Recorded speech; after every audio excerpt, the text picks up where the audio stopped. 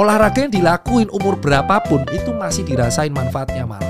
Itu makanya aku getol banget ngomong soal olahraga itu. Kenapa? Karena aku baru kan baca semua dan aku tuh melajari ilmunya.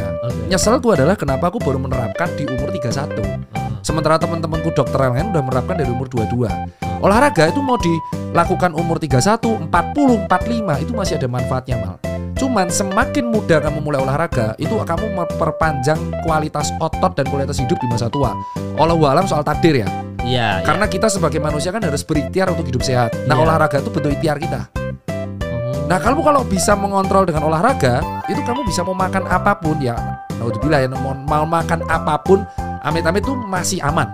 Jeroan contoh, paru itu protein. Cuman efek sampingnya paru kalau kebanyakan tuh asam uratnya naik. Tapi kalau kita olahraga, semua itu bisa diolah.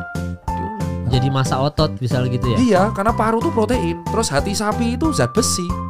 Iya. Otak tuh protein.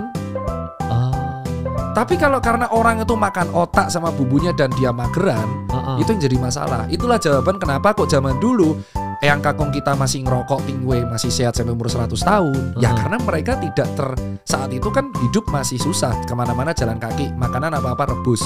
Nah sekarang kita di Jakarta aja udaranya polusi, kemana-mana dimanjain teknologi, mager terus makan manis-manis terus, ya remuk lah. Jadi jangan salahkan gula, garam, kalium, magnesium kalau kamu sakit, salahkan dirimu sendiri. Kenapa malas gerak? Iya, kenapa mager? Itu yang menurutku harus digarisbawahi. Saya intermittent fast dok. Terus setelah intermittent fast stop kok saya naik lagi? Ya karena kamu nggak olahraga. Jadi ketika kamu ngasih makan tubuhmu balik normal lah. Intermittent fast kan dianggapnya kayak wah ini metabolik kita di-push nih. Jadi dia bisa tubuh bertahan dalam kondisi survival kelaparan kan. Iya. Terus ketika kamu makan lagi, ya dia naik lagi. Kecuali kamu mengimbangi itu dengan aktivitas sehingga tubuhmu dipaksa, wah buset sudah kalorinya turun, intake-nya, terus aktivitasnya naik mal. Jadi menurutku intermittent fast tetap harus diimbangi olahraga biar dia dietnya tambah bagus. Dan olahraga tuh sebenarnya kan mengeluarkan dopamin ya, apa sih? Bukan dopamin.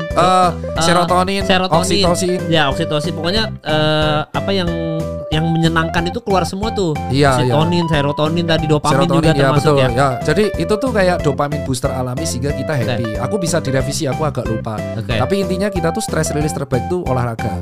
Dan pertanyaan netizen ada yang lucu, ini di TikTok, hanya muncul di TikTok. Dok, kalau kamu edukasi terus nanti dokter gak laku dong.